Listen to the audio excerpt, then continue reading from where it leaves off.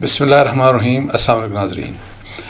آج میں آپ سے ایک خبر شیئر کرنے والا ہوں اور اس خبر کا تعلق بیسیکلی اس ایک سیکرٹ نوٹ سے ہے، خفیہ نوٹ سے، جو میاں نواز شریف صاحب نے جنوری 2020 کو بھیجا تھا خواجہ آصف صاحب کو. اور یہ ہے، اس کا تعلق ہے اس وقت کے army chief general Qamar Javed Bajwa صاحب کی ایکسٹینشن سے اس کا تعلق ہے. اب یہ میں کیوں آپ سے شیئر کر رہا ہوں؟ ایک تو یہ کہ جی ظاہر ہے یہ ایک کہ جی اس نوٹ میں کیا لکھا تھا، میاں صاحب نے کس قسم کی بات کی تھی، لیکن بیسیکلی چونکہ اس کا کنیکٹڈ جو ابھی میاں صاحب نے ریسنٹلی دوبارہ بات کی اور جس بیانیے کی بات کی جا رہی ہے کہ کیا جو میاں صاحب نے کچھ ایک ہفتہ پہلے جو اپنی ایک جو انہوں نے جو ٹیلی ویژن کے اوپر یا ویڈیو اپنی ایک ٹاک کی انہوں نے اپنے لوگوں کے ساتھ، تو اس میں جو انہوں نے بات چیت کی اور جس طریقے سے انہوں نے جو پہلے کی جو اسٹیبلشمنٹ تھی، فارمر اسٹیبلشمنٹ، جنرل باجوہ کی بات کر کے جنرل فیض کی بات کی، پھر دو فارمر چیف جسٹسز جسٹس حاکم نثار، جسٹس آصف کھوسہ اور اعجاز الاحسن جو کہ فیوچر کی چیف جسٹس ہے، ان کی بات کر کے تو جو سازش والی بات کی تھی کہ 2017 میں ان کے علاوہ کیسے سازش کی گئی اور پھر کس طریقے سے سازش کے علاوہ یہ کہا گیا کہ ان کے خلاف سازش کی گئی، پھر ان کی حکومت ختم کر کے تو پھر کس طریقے سے عمران خان صاحب کے لیے رستہ بنایا گیا اور ان کو حکومت میں لایا گیا، اور پھر جو پاکستان کا حال ہوا تو اس کی بات کر کے تو اکاؤنٹیبلٹی کی بات کر رہے ہیں کہ جی اس کا بغیر احتساب کے اب یہ معاملہ جو ہے ان لوگوں کا احتساب ہر حال میں ہونا چاہیے. اور اس میں اگر آپ دیکھیں تو وہ بیسک رول ظاہر ہے وہ کہہ رہے ہیں کہ جی اس میں جو فنڈامنٹل رول تھا وہ جنرل باجوہ اور جنرل فیض کا تھا. اب اس کا تھوڑا سا میں آپ کو، چونکہ یہ سب کو پتہ ہے کہ جی 2019 میں جس وقت جنرل باجوہ صاحب کی اپنی 3 سالہ ٹینیور کمپلیٹ ہوا، اس وقت پھر ایکسٹینشن کا سوال پیدا ہوا. ایکسٹینشن جب دے دی اس وقت کے وزیر اعظم عمران خان صاحب نے، تو وہ پھر معاملہ سپریم کورٹ میں چلا گیا اور سپریم کورٹ نے کچھ اور ایک امپریشن دے کے تو پھر یہ کہہ دیا، پہلے تو امپریشن یہ اس طرح کا دے دیا کہ جیسے کہ یہ ایکسٹینشن ہو ہی نہیں سکتی. چیف جسٹس کھوسہ تھے اس وقت، آصف سعید کھوسہ، اور بالکل کھوسہ صاحب نے ڈفرینٹ ایک امپریشن دیا کہ جی جیسے کہ وہ تو اس کو بالکل اس ایکسٹینشن کو انڈو قرار دے دیں گے، اور یہ کہ ایکسٹینشن تو اس کا تو الاؤ بھی نہیں ہو سکتی، اس کے لیے کوئی قانون ہی نہیں ہے. تو جب فیصلہ دیا تو انہوں نے کہہ دیا کہ پارلیمنٹ کو، حکومت کو، کہ یہ آپ قانون سازی کریں اس کے اوپر. اور جب قانون سازی کا معاملہ آیا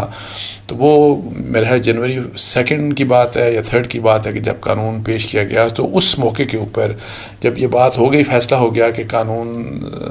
سازی جو ہوگی، اس معاملے میں قانون سازی ہوگی، تو میاں نواز شریف صاحب جو کہ آج بھی لندن میں، اس وقت بھی وہ لندن میں تھے، تو انہوں نے ایک سیکرٹ نوٹ بھیجا جو ہے وہ کانفیڈینشیل نوٹ خواجہ آصف صاحب کو. انہوں نے ہدایت دی کہ یہ جو معاملہ ہے کہ اس کو کس طریقے سے ہمیں ٹیکل کرنا ہے. اور اس میں وہ نوٹ کیا تھا وہ میں آپ کو پڑھ کے سناتا ہوں. میرا خیال ہے یہ نوٹ 2 تاریخ کی شاید صبح کو، 2 جنوری 2020 کی صبح لکھا گیا تھا. اور پھر اسی دن پھر ان کی پارلیمانی پارٹی کی ایک میٹنگ بھی تھی PMLN کی، اور جس کے اوپر ظاہر ہے انہوں نے ایک چونکہ بل پیش کیا جانا تھا. تو میاں صاحب نے کیا کہا، کیا انہوں نے یہ بات کہی کہ جی وہی والی بات کہ جی کسی بھی طریقے سے، ایک تو اصول کی بات کہ کیا ایکسٹینشن ہونی چاہیے کہ نہیں ہونی چاہیے، ایکسٹینشن کا لا ہونا چاہیے کہ نہیں ہونا چاہیے. تو ایک تو یہ بات چونکہ ہمیشہ میاں صاحب یہ کہتے رہے اور پھر بعد میں بھی کہ یہ ایکسٹینشنز نہیں ہونی چاہیے، تو پھر یہ ایکسٹینشن کا لا بنوانے میں میاں صاحب نے کیوں سپورٹ کیا، کیوں انڈورس کیا. اور پھر ایک ایسے شخص کی ایکسٹینشن کی بات انہوں نے کر دی کہ جس کے اوپر وہ آج پھر الزام لگا رہے ہیں کہ جی وہی والی بات، انہوں نے ساری سازش کی، اور پہلے بھی یہ انیشلی بھی کرتے تھے، لیکن اس کے بعد خاموش ہو گئے کچھ عرصہ، اور خاموشی کے بعد انہوں نے آ کے تو یہ کام کیا. اور جس کے جنرلی یہ اس وقت یہی انٹرپریٹ کیا گیا کہ جی یہ اپنے تعلقات بہتر بنانا چاہتے ہیں اسٹیبلشمنٹ کے ساتھ، اور یہ سارا کچھ اس طرح ہوا. لیکن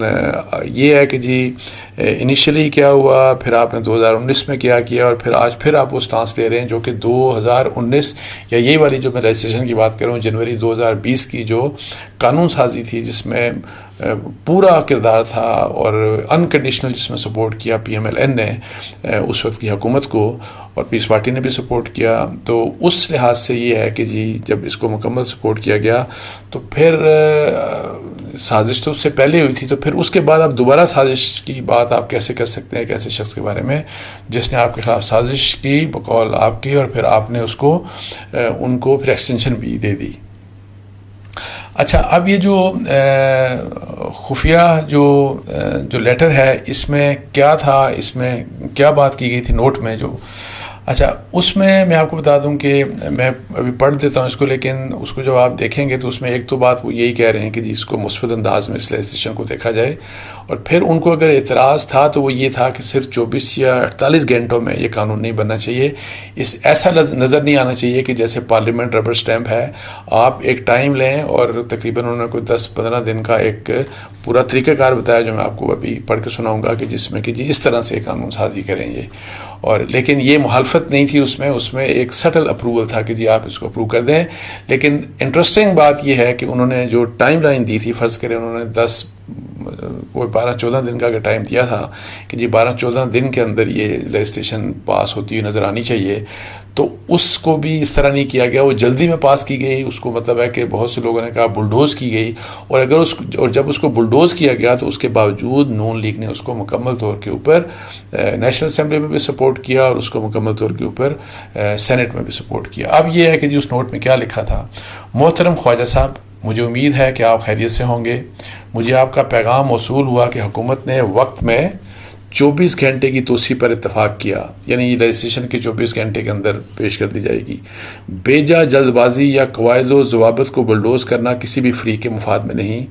اس طرح کا اہم قانون 24 یا 48 گھنٹوں میں منظور نہیں ہو سکتا. ہم ملک میں استحکام کے لیے بل کو مثبت انداز میں دیکھنا چاہتے ہیں. یہ بڑا امپورٹنٹ، اس کا جو موسٹ امپورٹنٹ پارٹ ہے وہ یہ والی بات کہ ایک میسج انہوں نے کنوے کر دیا جو نوٹ کی صورت میں ان کی ہو سکتا ہے موبائل پہ ان کی واٹس ایپ کے اوپر یا ٹیلی فون کے اوپر بات بھی ہوئی ہو خواجہ صاحب سے یا کسی اور سے، اور اس کے بعد کہ جی اسی وجہ سے انہوں نے بالکل انکنڈیشنل سپورٹ دے دی پی ایم ایل این نے پی ٹی آئی کو. تو یہ اس نوٹ میں ہے رہنی یہ چیز تھی کہ جی بل کو مثبت انداز میں دیکھنا چاہتے ہیں، مطلب ہے کہ جو نون لیگ کی بات کی. تاہم پارلیمنٹ کے وقار پر کسی سمجھوتے کی اجازت نہیں دے سکتے. میری تجویز ہے کہ ہم حکومت پر زور دیں کہ وہ پارلیمانی اصولوں کے مطابق بل کے لیے درج ذیل طریقہ کار کو اپنائے. جمعہ 3 جنوری کو بل قومی اسمبلی میں پیش کر کے اور قائمہ کمیٹی کو بھجوا دیا جائے. اس دوران سیاسی جماعتیں بل پر غور کرنے اور قائمہ کمیٹی میں اپنے اراکین کے لیے سفارشات مرتب کرنے کے لیے اپنی پارلیمانی پارٹی کے اجلاس منعقد کریں.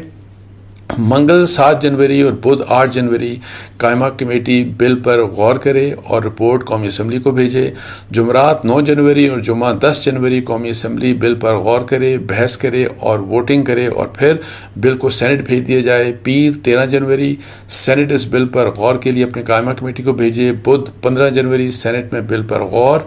بحث اور ووٹنگ. تمام متعلقہ افراد سے بامانی رائے حاصل کرنے کے ساتھ بل کی منظوری کے لیے یہ کم از کم ممکنہ ٹائم فریم ہے.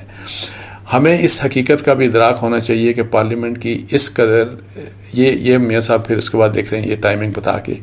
کہ ہمیں اس حقیقت کا بھی ادراک ہونا چاہیے کہ پارلیمنٹ کو اس قدر اہم قانون پر ربر سٹیمپ کرتے نہیں دیکھا جانا چاہیے. وہ اس امپریشن کے خلاف تھے وہ کہ جی آپ ایسا امپریشن دیں جیسے کہ ہم بڑا سوچ بچار کے بعد یہ سارا کچھ کر رہے ہیں. یہ امپریشن مت دیں کہ جی ہم ایک ربر سٹیمپ ہے، اور انفارچونیٹلی وہ ربر سٹیمپ والا ہی کام انہوں نے کیا. بیکاز جیسے میں آپ کو بتا رہا ہوں